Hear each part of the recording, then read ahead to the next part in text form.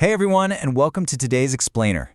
We're going to completely unpack the exciting return of a true city car legend, based on some really fascinating new industry reports.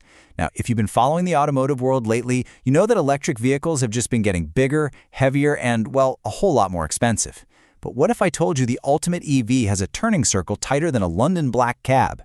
Today, we're going to learn all about the brand new Smart #2, diving deep into its design, its technical specs, and exactly why this tiny car represents a massive strategic shift for the brand. To really understand why this matters, we have to look at where Smart has been lately. There's a pretty deep irony here, right? A brand literally named Smart recently abandoned their brilliant small designs to sell massive, bloated electric crossovers and SUVs, like the Smart #5. But the big question we're exploring today is, can getting small again with the brand new Smart #2 actually save the brand in an incredibly competitive global market? Okay, here's our roadmap for today.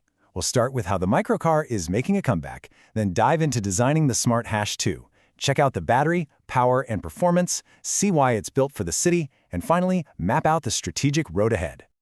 Let's kick things off with Section 1, the microcar makes a comeback, and how Smart is reclaiming its urban roots.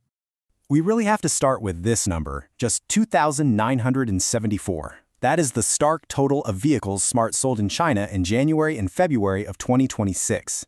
This perfectly illustrates why Smart desperately needed a new strategy. I mean, China is the world's largest electric vehicle market, so pulling in fewer than 3,000 sales over 2 whole months while trying to push premium SUVs, that is a massive red flag. It clearly showed that moving up market just wasn't yielding the dominance they'd hoped for. To survive the fierce competition from dominant Chinese brands, they realized they had to pivot, and fast. They needed to reclaim the affordable, compact format that originally made them famous and gave them that unique identity in the first place.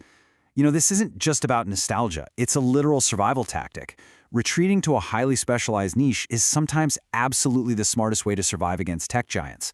By offering a true microcar, they're stepping right out of that crowded SUV arena and back into a space where they historically dominated, especially in places like Italy, where the original ForTwo was just a massive hit.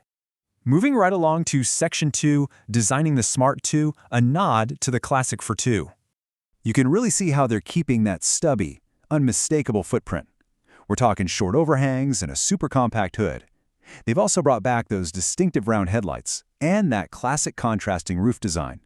But to make sure it doesn't just look like a toy, they've given it wide wheel arches and large mirrors, which gives it a much more substantial, planted stance on the road. Inside, they're completely upgrading the packaging with some really clever touches, like a space-saving interior bench seat. It's basically perfect for squeezing into that one impossible parking spot no one else can take, all while maximizing the feeling of roominess in a tiny cabin. Now, a totally crucial point here is how this car was born from a seriously powerful joint venture. On one side, you have Mercedes-Benz handling the iconic styling and design leadership. They're making sure it carries that unmistakable Mercedes luxury DNA and feels like a premium, joyful European city car. On the flip side, you have Geely providing the cutting-edge custom architecture, specifically their bespoke ECA platform. It's this brilliant partnership that blends legacy European design with Geely's incredible, rapid EV innovation. All right, Section 3, battery, power, and performance. Small footprint, big upgrades. Let's get under the hood because the engineering here is a fascinating feat. The Smart 2 comes in at an incredibly light 1,130 kilograms. For an EV, guys, that is practically a featherweight. Despite that, they've somehow managed to pack in a 35.7 kilowatt-hour lithium iron phosphate, or LFP, battery. That battery powers a 60 kilowatt rear axle motor, which gives you about 80 brake horsepower. But here's the best part. It offers a solid 186 miles, or 300 kilometers, of WLTP range. For a car designed strictly for the city, almost 200 miles of range is frankly excellent. And it's not just basic tech either. With a top speed of 140 kilometers per hour, it can totally handle highway stints if you need it to. But the real magic? The charging. You get sub-20-minute rapid charging from 10% to 80%. Just imagine topping up your range while simply grabbing a quick coffee. Plus, it features vehicle-to-load capability. That is a massive, totally unexpected bonus for a microcar, meaning you can literally use the car's battery to power external devices. It honestly punches way above its weight class. Let's jump into Section 4, built for the city, uncompromised urban capability. I absolutely love this next number, 6.95 meters. That is the turning circle of the Smart #2. To really put that into perspective for you, this tiny EV can actually turn tighter than a traditional London black cab, which are literally famous worldwide for their unmatched maneuverability. Navigating tight alleyways, pulling quick U-turns on narrow streets, darting right through heavy traffic, this car is engineered from the ground up to make city driving completely effortless. And then, of course, there's the length. If you have ever circled the block for 20 minutes looking for a spot your midsize SUV can actually squeeze into, this 2.75-meter length is the ultimate antidote. It serves as the perfect solution to crowded city streets and impossible parking spots in an era of super bloated EVs. It's just marginally longer than the classic ForTwo, meaning you can still pull off those legendary perpendicular parking maneuvers in parallel spaces. It might look a bit more like a quadricycle than a full-sized EV, but it offers all the safety and tech of a modern car. Finally, Section 5, the strategic road ahead, looking at global debuts and target pricing. We are looking at a very rapid, highly strategic rollout here. The timeline kicks off with the debut at the Beijing Auto Show this April, which is perfectly timed to test the waters and gauge reactions in that crucial Chinese home market.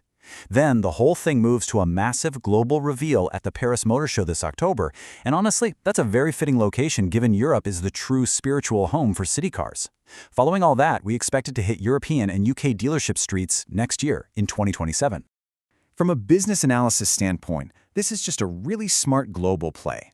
Smart is relying on Chinese production initially. Building the car in China and leveraging Geely's massive supply chain helps keep costs down right out of the gate. However, they're wisely leaving the door open for European manufacturing down the line. If demand completely explodes in dense urban markets like Italy, France, and the UK, setting up a local factory could certainly be on the horizon, as long as sales volumes justify the investment.